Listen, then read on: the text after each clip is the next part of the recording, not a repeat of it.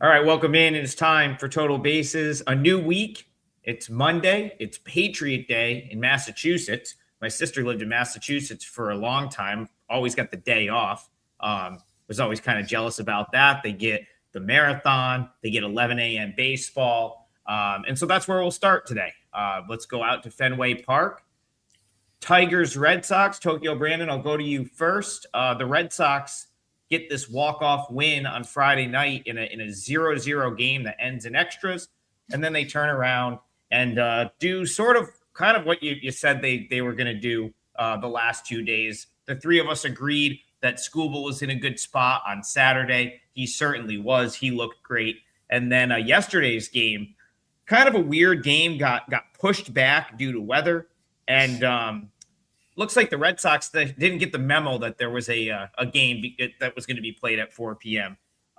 They kind of got down early and ended up losing 6-2. So over to Tokyo Brandon to start things off.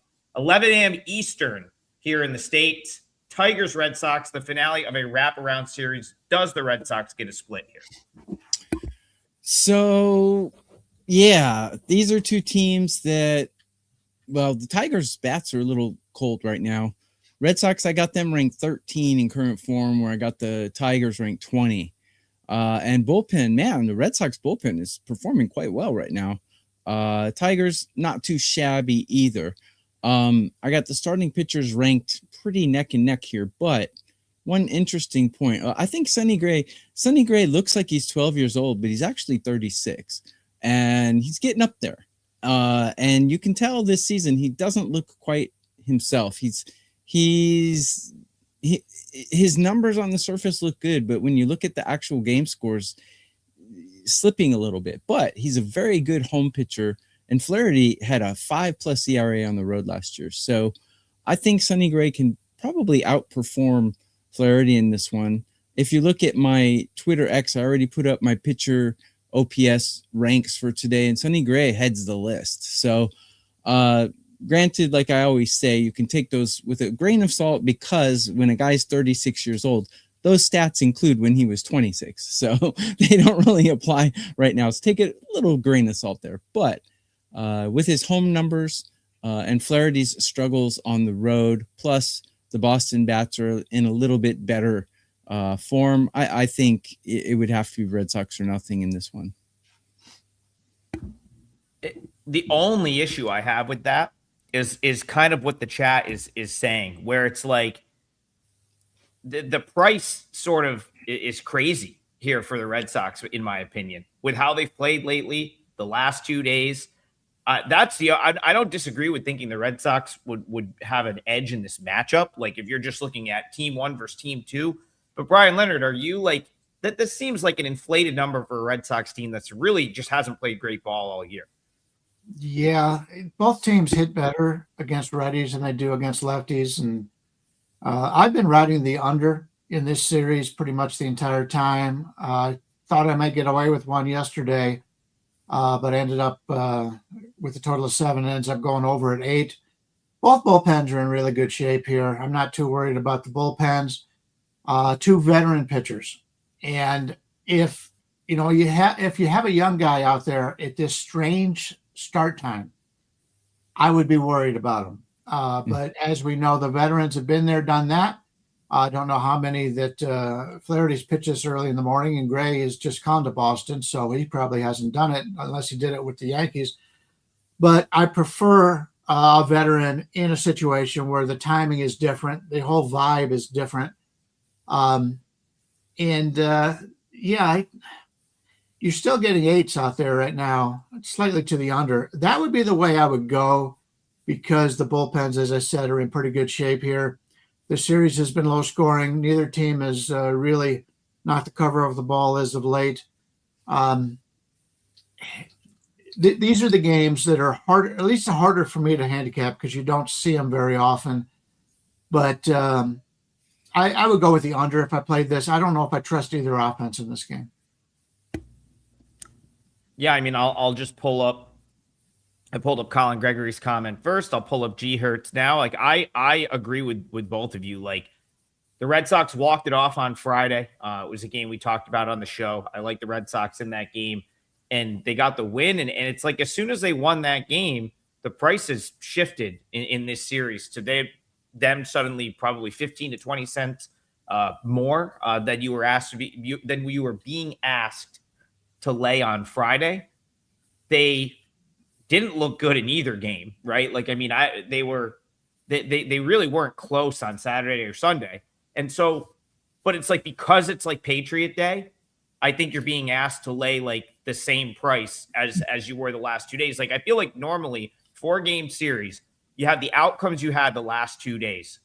That you may have seen a shift in the numbers back to like what they were on Friday night, which I think Friday night you could have got Red Sox like minus 120 for a long period of time. I just think you're paying too much of a task because it's like a holiday in Boston. This team's not playing good right now. Like that's just it. They're 8-13. They haven't been good all year. Lethargic.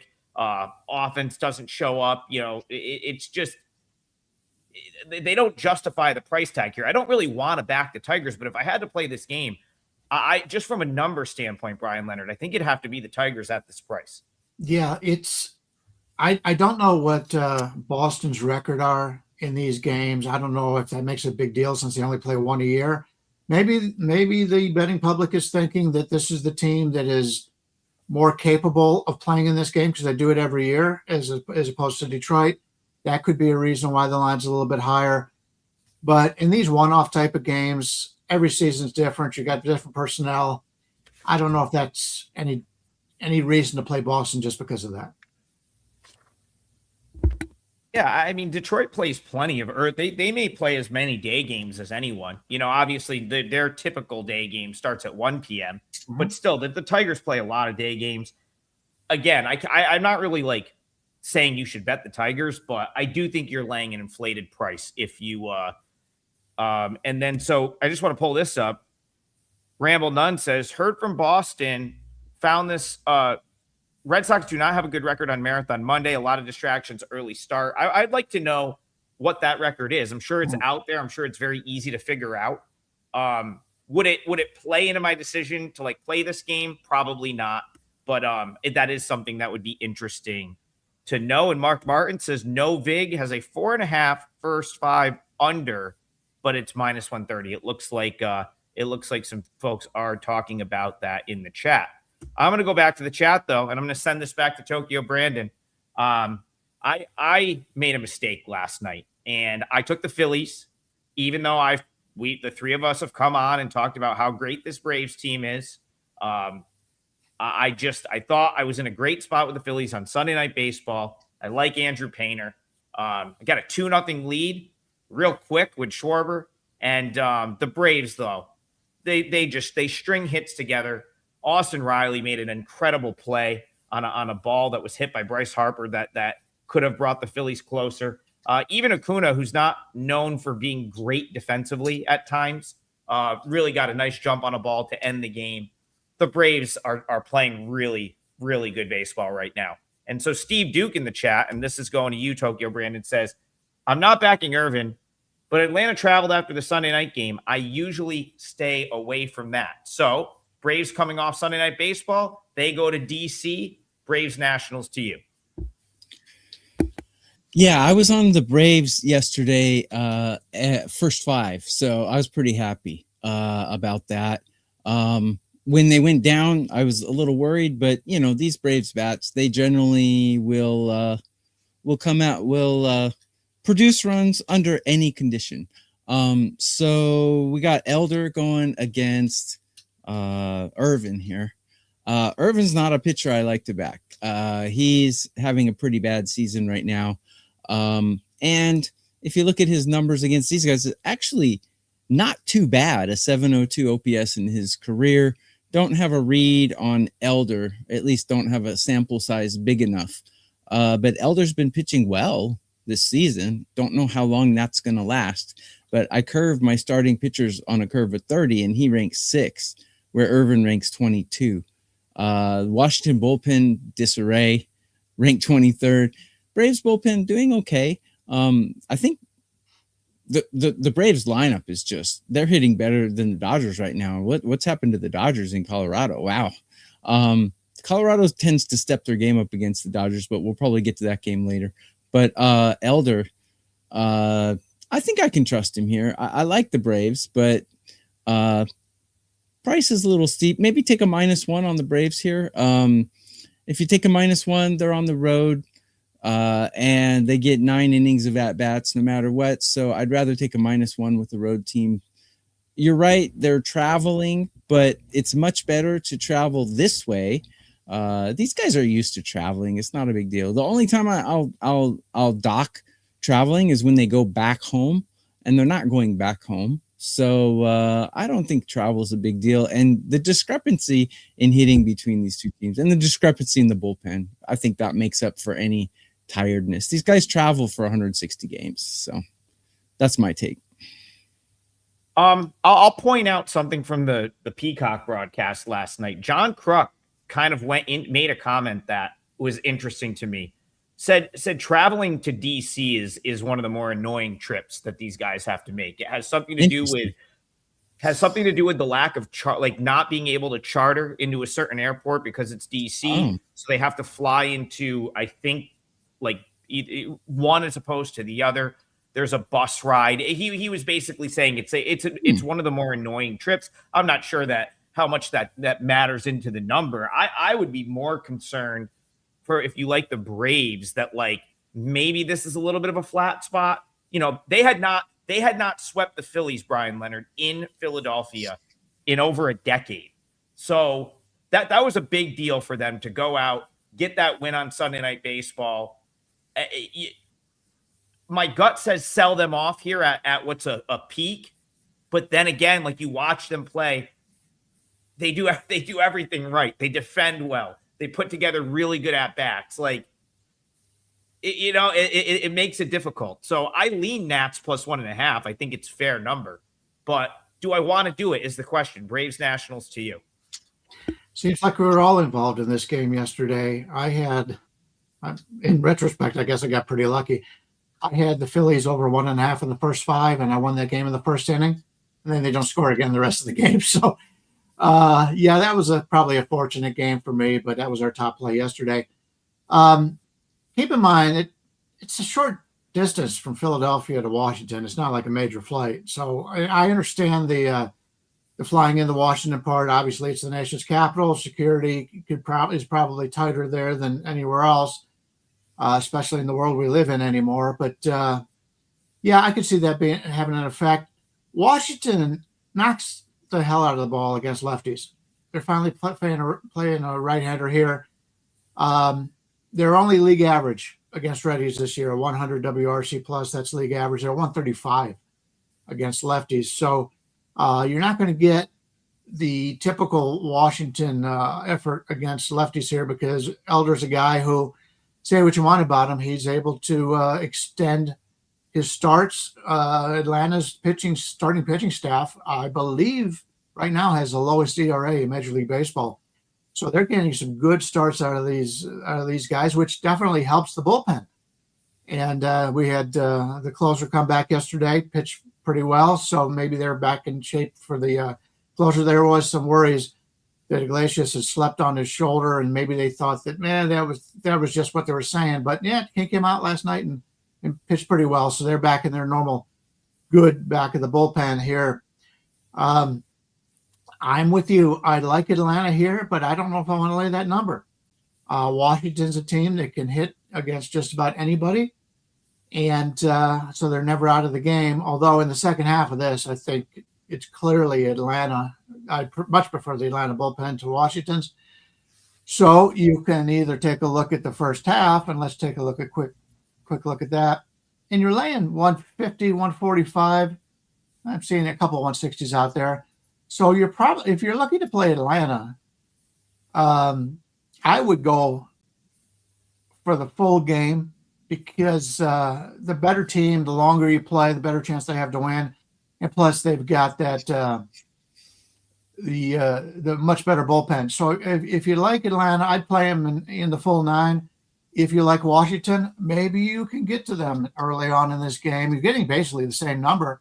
So if you like Washington, maybe first half. If you like full game, maybe Atlanta. I probably won't be involved either way.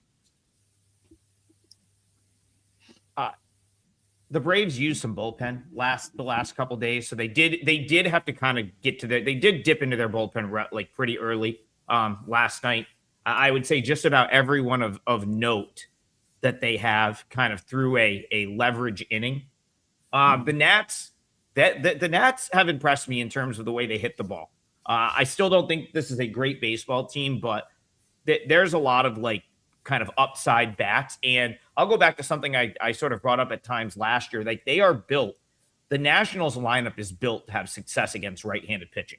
A lot of lefty bats that I think, get worse against lefties. A lot of guys that have better splits against right-handed pitching.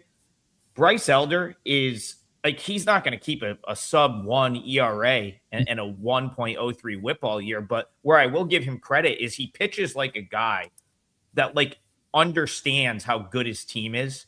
Like it's like he goes that if you put Bryce Elder on like some 500 team that wasn't as good as the Braves, that didn't have the defense the Braves had, I think Bryce Elder would be like a 5 ERA guy. But he goes out there and it's like he understands that like he doesn't have to do too much. His team is incredible. He's got great defenders behind him. If he gets to the inning 5 or 6, they're going to go to the bullpen. But I still like the Nationals here, plus the 1.5. That might be my parlay leg. I don't know if I'm going to do it, but there are edges in this game for the Nats, specifically their splits against right-handed pitching. Go ahead, Brian. Yeah, I apologize. I was looking at the wrong bullpen. You are correct. Iglesias got injured Saturday, didn't play. He threw 21 yesterday. In fact, the top 3 guys, the back of the Iglesias, Lee, and Suarez, may not be available at all tonight. So my mistake. Thank you for pointing that out. We all make mistakes, and I appreciate you not glancing over that. Got to be pointed out if I do make a mistake. Atlanta could use outfielders as their relief pitchers and still be better than the Nationals bullpen. Iglesias got lucky last night. That was he gave up a bullet to end the game. That would have, if it was another foot to the right, or if Acuna, who will botch that play at times, doesn't get a good jump, that's a 4-4 game. So I don't think you see him in the game tonight. And if you do, this could be a spot where he blows one, because he did not look overly sure of himself last night in that game. And again, he got away with one because that was a rocket that ended the game on a line drive to right field. So do what you will with that. Sorry to cut you off, Adam. Can I just give 10 seconds of betting advice? Washington Nationals first 5 innings. If you see 1.5 team total, it's been pretty much gold. I think I've won probably 8 and lost maybe 1 or 2 on that. So Washington Nationals, if you see a 1.5 first 5 team total, bet the over, no matter who they're playing. Can't disagree with that one bit. I mean, they put a guy on, Elder gives up a bomb, you're hitting that. Like, they all have good splits against right-handed pitching. That's a really good call, TB. That's a great call. What's the juice on that? Yeah, you are seeing 1.5 out there right now at over 125. So, yeah, I would not find any fault in that. I'm just saying in general, like any game. Yeah. Any game. Washington's very overlooked, but they do hit well. You guys made good points. They do hit well. I totally agree with you. Their bullpen's just been bad, but they do hit well, and they're overlooked by the book. So grab it while you can, I think. Any game, not just today. Over 1.5 team total there should probably be more like -160. -150, -160 against Bryce Elder. Not 120. 125 is it. Yeah, that's you. That's basically the books saying like, no, like he is what his numbers are. And we've all watched Bryce Elder long enough to know that he's not a sub 1 whip guy. Mm-hmm. He's just, off to a good start. I don't think they're actually thinking it that much. I think when one team is that much of a favorite, they have to make the team total that low. I don't think they're actually looking at who's pitching. Maybe they are. I'm not sure. I don't know how they make the lines, but Washington is always an underdog. And they're almost always 1.5. If you take a look at the last 14 days on Roster Resource, the 2 best starters for Atlanta have been Bryce Elder at 47th in baseball and Martin Perez at 48th. So it's not Chris Sale. It's not Chris Sale, So, you take a look at this. They got Elder, Ronaldo Lopez, and Martin Perez, and it doesn't matter. They've been that good offensively. Yeah. Yeah, fade the Braves at your own peril at this point. It's kind of what it feels like. And grab All our right, double play. Yeah. There's people that come into the comments after losses and talk about fading us. If you want to fade us, you can get all of our plays at the Wager Talk too. We prefer, we think long term it's better if you tail our plays. It's going to probably be better for you long term. But hey, don't tell, I'm not here to tell you what to do with your money. If you buy the package, do whatever you want with it. That is up at the page. Double play, myself TB, myself Brian TB, take 2 of the 3. We all sort of approach the market a little bit differently, so it's going to get you some different angles. TB and I also go into some of the smaller markets. I got caught on the wrong end of a couple of 1-run losses or close losses in Major League Baseball this weekend, but I cleaned up in KBO and AAA. Brian is doing the NHL. Brian, I think in the NHL, I don't even think the Flyers fly to DC. I think they take the train because it's kind of a dick around. I'm pretty sure they train from Philly to DC. And also, since I brought the NFL back up, why don't you tell folks what you have going on in the NHL tonight? God, it's Monday morning. Yeah, Monday morning. It's tough this time of the morning. We had a great weekend, though I did lose a little bit yesterday. Speaking of the NHL, I had the Golden Knights under 3.5 team total. They had 1 going into the third period and scored 3 goals. So that's my only loser in the playoffs in either the NBA or the NHL. We're 75% right now. I do have a 5% going in the NHL today. Don't remember the last time I had a 5% in the NHL. We're number 1 lifetime in NHL, number 1 lifetime in Major League Baseball. So if you're looking to get a big play today, check out that 5% play. But we still have the buy 3 days, get 3 days for many of us. So that's the way to do it. Save yourself some money. It's baseball season. You know how well we all do in the playoffs. So that's the best time to get it. Just go to the website at WagerTalk and figure that out. But it's an exciting day for me, even though it is a Monday. Devang 7766, how do I sign up for the premium picks? They are at WagerTalk. So wagertalk.com would be the link. The link is likely in the replay of this show if you're watching on replay, as will the timestamps be in there today. Sorry about that on Saturday. Okay, we forgot to do them. But the link will be in the replay of the show, right in the body, but also www.wagertalk.com is where the only place that you will find all 3 of our plays. All right, I took the comment down, but someone was asking about the Reds and Tokyo Brandon. The way they were asking about the Reds was sort of from the angle of like this team's like overperforming so far this year. What do you guys make of it? I'll chalk up some of their wins this weekend to the Twins having no bullpen, which might be something we have to talk about at a time that we talk about the Twins. But here we're talking about the Reds. They now head to Tampa to take on the Rays. The Rays were in some crazy games this weekend. I think one of them lasted like 9 hours or something like that when you got all the rain delays in there.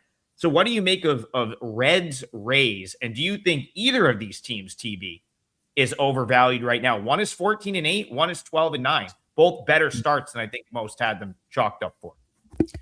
I think the Rays are hitting a lot better than they should be, if that makes any sense. And I think Cincinnati, I don't know how you could say Cincinnati's overrated. They're not hitting well at all. I got them ranked 27 out of 30 teams in hitting, but they're doing everything else pretty well. Bullpen's performing so-so. I was on Minnesota the last 2 days, and their bullpen blew both of those games, being up going into the 7th inning in each game. So I was not happy about that. But I think the Reds have named a starter, Louder, and the Rays have not, which means they're probably going to do a bullpen game, I imagine. Rays are good at doing bullpen games because we know that they usually have a good bullpen, but I got their bullpen ranked 21 right now in current form. So I would lean the Reds in this one because I like what I see from Louder. His actual ranking is very mediocre, but I actually watched him pitch. I like him. And I'll always go with a team that names a starter over a team that can't decide who they want to pitch the game for them. We've seen this. It's early in the season, but who else is doing this? One of the terrible teams is doing this. Is it the White Sox? Someone is like not naming a starter every day. Which team is that? Is it the Angels or the White Sox? One of those. A lot of teams do that. It's not that they don't know who their starter is. It's that if you're playing it right, if you've got a right-handed starter that you're worried about seeing the same lineup 3 times, what you're going to do is you want to throw in a left-handed reliever to start the game, so that way the opposite, the team has to change their lineup as the game goes on. That's why they do it. That's why Tampa Bay has done it for years. It's still very frustrating from a gambling standpoint. Let me get in here quick. It's going to be Jesse Scholtens. So they haven't not named a starter. It's just not listed on your book because they may use an opener. Jesse Scholtens is the guy that you need to use as the starter here because he's going to pitch the bulk of the innings. I can't see that being a long-term good strategy, but I would lean the Reds here. I think yesterday they seemed to get their bats going. The bats was what was concerning me about the Reds because they rank so low on my hitting rankings, and the Rays were whacking it pretty good. And they've, like you said, they've been in some crazy games, but that's got to wear you out. And I think the Rays are hitting above what they should be. So I'd lean on the Reds in this game. Yeah, Brian, you made a great point on, I think maybe it was Friday or Saturday, pointing out the Reds were dead last in WRC plus in Major League Baseball. So I know you want to jump in here and talk about how overrated the Reds are. You have the floor. Yeah, if you're going, I think personally, not from a betting standpoint, but as a win, if you're the manager of a team, if you're playing a team that does not change their lineup like Toronto, it's a great time to use an opener every time you play them, because you're going to get a full inning or maybe 2 innings of them playing against a guy, a handedness that they don't normally see. So the Reds are the luckiest team in baseball. I've talked about it all along. They played 22 games. They got 14 actual wins. Their expected wins are 9.7. So their win percentage is 63.6. It should be 44.3. That's a full game over the Cardinals or the Diamondbacks in the luck factor. And the unlucky are the Mariners, the Mets, and the Phillies. And we've been talking about the Mariners all season long. They've got 10 expected win, or 10 actual wins. They should have 13.5. So I don't like to play against that. So I'm trying to get to finding a number that the public doesn't see. And that's one of them. They just look at the record and they go, oh, this team is 17-7 or whatever, when they should be 14-14 or whatever, 14-11. So that's one of the things I look at. The Reds just are not hitting. They're not hitting at all. The problem being Tampa Bay, as much as I like Terry Francona, he's a great players manager. He's the lesser of the 2 managers here. And if you watch him over the years, and he was in Cleveland a long time, he does not make good personnel decisions when the games are going on. So even though Lauder's not a bad pitcher, I kind of like Lauder a little bit. In a game in which I expect it to be a close game, and the line is saying right now, basically Tampa Bay is going to be about a 125, 120 favorite. I would prefer Tampa Bay at home, but that's the way I would look at it. The Reds are not this good, and they've been very lucky, and I'm going to find ways to go against them. I don't know if today's the day to do it, but we will fade the Reds mostly in the next couple of weeks and have success. I'm going to explain very quickly why the opener is a thing, but also, I think this is actionable because I think sometimes, books are a little bit lazy. If you follow these teams and you sort of follow what they do on a day-to-day basis, you should know who the quote-unquote starter is. I can, in 9 times out of 10, I'll be able to tell you who the starter is going to be, even if they're not the first pitcher. Now, why is that important, and why does it matter from a betting standpoint? One, sometimes the books are lazy, and sometimes they just say, it's a bullpen game, when it's actually not. When it's just it's a bullpen game only in the respect that they're going to, like the White Sox are going to use Grant Taylor first.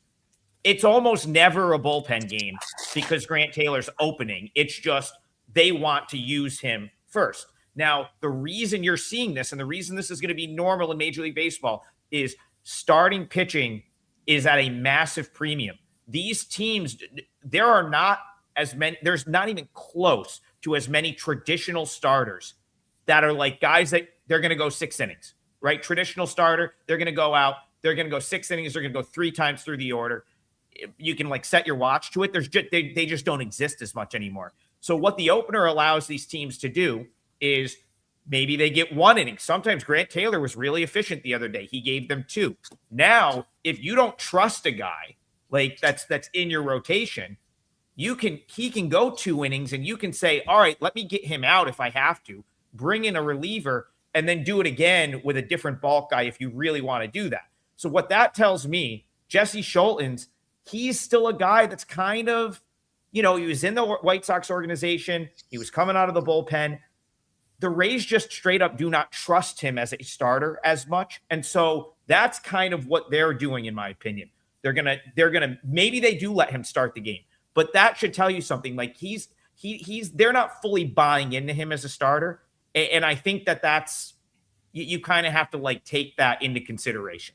And that's why they do it. And that's why a lot of these teams are doing opener, bulk, not fully committed. Hey, if you're cruising, yeah, you'll stay in for 5 innings. If you're not, we're going to go to the bullpen, which means you need to know what these teams have available in the bullpen. Because if they don't have a ton of arms and they run out, I can't remember what game it was, but I got burned on this.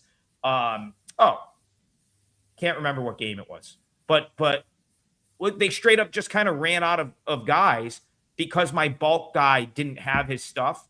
So it can blow up in your face, something you should be taking into your handicap, in my opinion.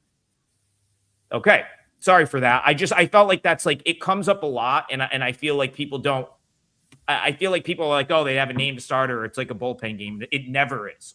9 times out of 10, it's not. So we have to get the record straight on that. All right. Mark Lambert says, KC Baltimore should not be 9. 20 plus strikeouts coming in this one. Mark, that's a hot take. I like that though, Mark. He said both these teams stink right now. So Bryan Leonard, to you, Royals, Orioles. Do you see some? Are you with Mark Lambert? Do you see some swing and miss here? I guess the pitchers definitely have some swing and miss stuff. So talk about this game. I don't see the swing and miss. Bradish has been a disappointment. Obviously, he came back from injury. If you take a look at his stats, he's not missing bats. He's not the same pitcher as what we thought he was going to be.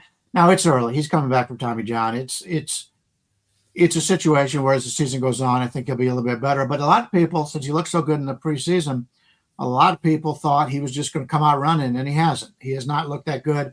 Seth Lugo's having a really nice season, but he's not a guy I would expect to get a lot of strikeouts. Now, I will say from a team standpoint, Baltimore and Kansas City will strike out. There's no doubt about it.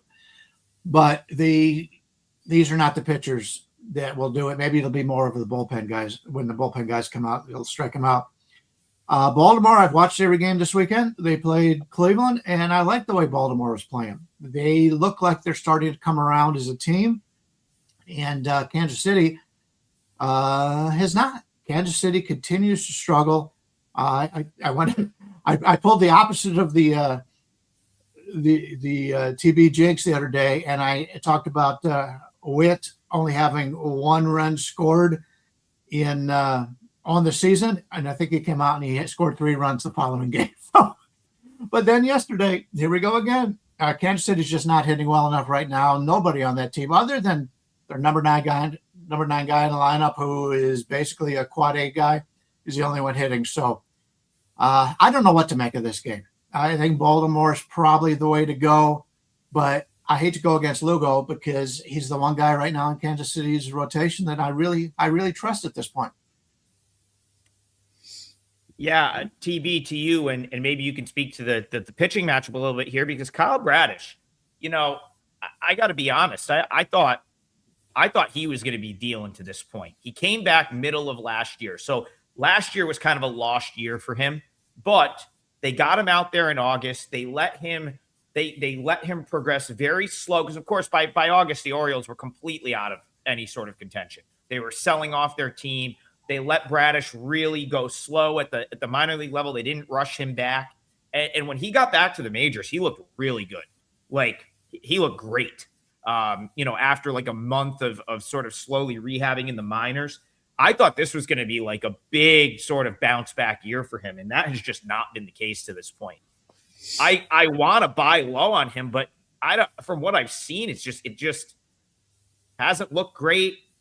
Velocity is not, at times has not been there. So yeah, I don't know what to do about this one. Cause like Brian, I kind of want to take the Orioles. Think it's a good spot for them, but I have my concerns. What do you think? Lugo, Bradish, Royals, Orioles? Yeah. Bradish, he hasn't been that bad. I got him ranked 14 on the curve at 30. So he's a little over mediocre, well, very mediocre, let's say. Lugo's been pitching out of his mind. In 4 starts, he's given up only 4 runs, and he's finished 6 innings in 3 of those starts. It's pretty incredible stuff. But can it last? Probably not. He'll regress a little bit, but Lugo's not a bad pitcher. He's a good innings eater guy. So how would we approach this? Well, Baltimore's bullpen has been absolute fire. I got them ranked 3. They're pitching really well right now. If you look at my Twitter X, my pitcher rankings today for their matchups, Seth Lugo's towards the top. But as I said, there may be some regression coming because he's been pitching way out of his mind. Will it continue? Probably not quite as good as this, but I don't think he'll regress too much. Well, Casey's bullpen is not good, and Casey's hitting not good. I would do perhaps a team total under for the Royals here, maybe if you're going to trust Bradish. Yeah, I would go that way because Baltimore's bullpen has been lights out, and Casey can't seem to hit the side of a barn. So. Maybe Kansas City's team total under 3.5 would be a decent play here. Brian, I want to trust Bradish because, like, he has the flashes. He has more strikeouts than innings pitched. The whip is not that bad. Yep. The problem is the command has been off. He'll have one batter, he strikes him out. Next guy, it's right over the middle of the plate. Gives up a hit. Next guy can't find the zone, walk. That's been the issue with him so far. It's just tough to know, like, when is he going to get it all together? Because if he does, he's the better option here, in my opinion. But it's hard to rely on that. Orioles, Royals to you. Yeah, the command and control is the last thing you get back when you have major surgery like that. I do want to point out that the Baltimore bullpen, the top 5 guys in the bullpen have not pitched the last 2 days. So Baltimore's got their full bullpen available in this one. So I did check the service I use that does the projections. They have Bradish and Lugo to combine for 9.5 strikeouts, and they're both supposed to go just over 5 innings. So the bullpen will have to really come out and throw some fire for you to get a lot more strikeouts there. But it's if Bradish could come out and he could throw a no-hitter. He has that kind of stuff. But without the control right now, it's one of those wait and sees. Everybody's been jumping on him so far, and a lot of times with these guys, once you say, I'm done with them, that's when he puts out his best effort. So we'll see. But the guy's very talented, no doubt about it. I love your angle right there with bullpen depth because the Orioles also this week, I don't know exactly what they do, but I'd be shocked if Cade Povich is not making his next start in the big leagues. I'm really not quite sure why he didn't just stay in the rotation this time around. He was fantastic for Norfolk yesterday, and that was after pitching. I think he pitched pretty good in the big leagues earlier this year. So I would expect he is in the rotation this time around. Might give them some flexibility to maybe like use Kramer out of the bullpen, and then you talked about having not used those bullpen guys, and that's the thing is like. The Orioles, I'm not betting on them because I think they have a good bullpen. In fact, I think that's like probably the part of that team I think is the least sort of appealing. So when you get the Orioles in a spot like this, where they do have some rested bullpen arms, yeah, I mean, again, like there's some appeal there. It's one that I'm thinking about. And like Bryan said, you have to just try to gauge, like, is this the time to buy? Because listen, once Bradish comes out and has that start where he goes 6 scoreless and strikes out 11, the value is going to be gone. So you really have to do have to anticipate it. I couldn't talk anyone off of like taking a flyer that Bradish has a good game here. I don't know exactly how you do that, how you want to, whether you play Orioles money line or look at some of the pitching props. Tokyo Brandon, before we move on, what are your projections on Bradish today? Outs, strikeouts, whatever you want to talk about. Let me see if I can find them. Ask Bryan a question while I find them. Well, while you look at that, Bryan, what is your parlay like? I kind of lost track of time. Yeah, I know. I noticed that. I'll be short here. Yesterday I used the first 5 for the Phillies over 1.5, had some success. I am going to do the same thing here with the Colorado Rockies. Team total on the Rockies in the first half is 1.5. It just got hit a little bit, but it's over about 155 right now. I will use that. Wroblewski, a lefty for the Dodgers, he's looked really good so far. But if you look at his base numbers, he's been pretty lucky. And Colorado can hit it in this ballpark. TB, I believe, was the one that mentioned it earlier. That Colorado gets up to play the Dodgers here. They won 2 out of the first 3 games. Colorado's always a dangerous home dog when they play a team that overlooks them. And Dodgers are obviously, they've got off to this great start. They've been in that way. So we just need 2 runs out of Colorado in the first 5 against Wroblewski. I don't think that's a problem at all. The total in this game is 11.5, so they're expecting a lot of runs. That's the way I'm going to take a look at it, and they maybe end up being my best bet on the entire day. So you're getting that today for free. Tokyo Brandon, I'm going to go to you on that game because I know you wanted to talk Dodgers Rockies earlier. You don't have to go back to the Orioles game, but remind people if you did post your pitching prop stuff to your Twitter, this would be a good spot to let people know where they can find that. Yeah, I did post the pitcher matchups today and hitters to back in your batting props, but I did not post the strikeouts stuff. I got Bradish getting 15 outs and 5 strikeouts. So finish 5 innings and get 5K.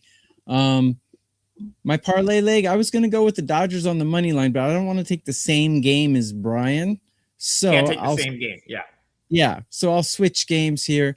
And I will go with the Braves on the money line here at -163 for my parlay. We already covered the game, so I don't need to break it down.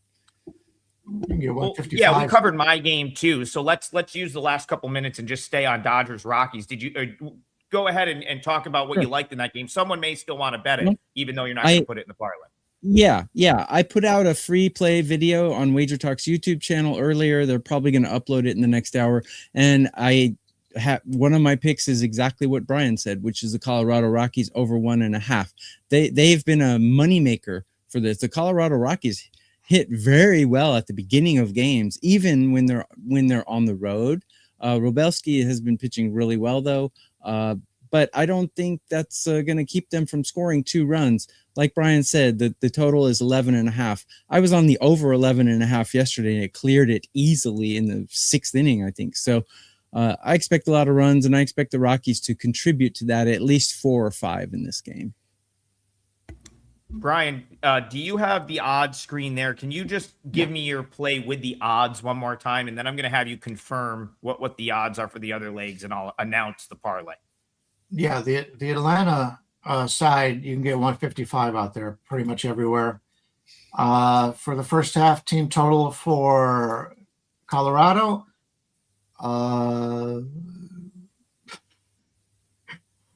as we speak, it just got hit. So now it's 2.5. First half, 2.5 over 40. It's under 40. Never mind. They moved up from 1.5 over 40 to 2.5 under 40. So let's still play it at what it is. You're getting basically, I'm seeing is DraftKings and Fanatics right now, you can get the over 2.5 at plus like 140, 130. So let's just do that.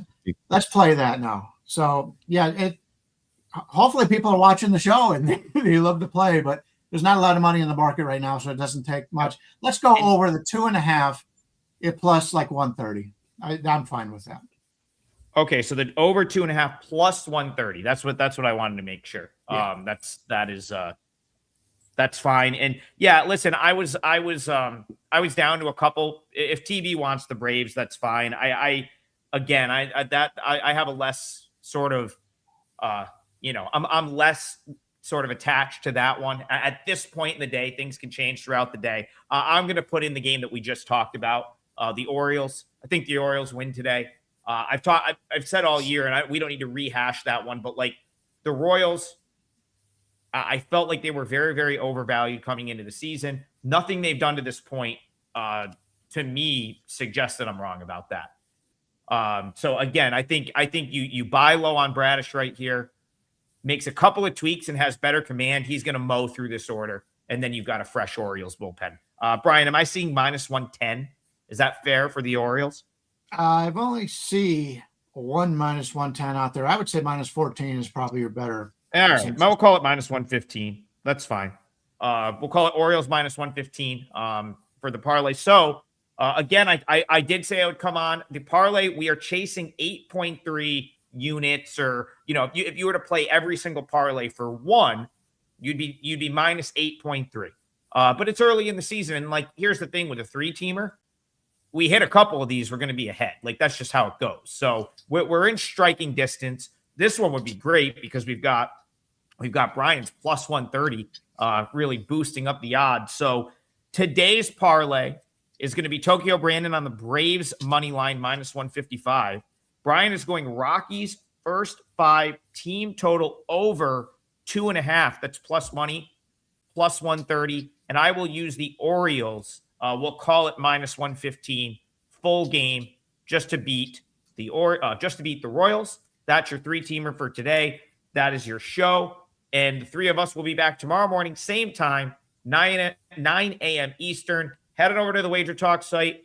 Grab that 5% NHL from Brian. Even if you don't like hockey, turn it on. There's nothing better than playoff hockey. I don't know the first thing going on in hockey. I will sit there and watch a playoff hockey game as someone from Central New York. That was awesome in Buffalo last night. People forget that that's just Bills Mafia and hockey jerseys. It's the same people. They're absolute psychos. So go grab that, and the 3 of us will see you tomorrow. Have a great day.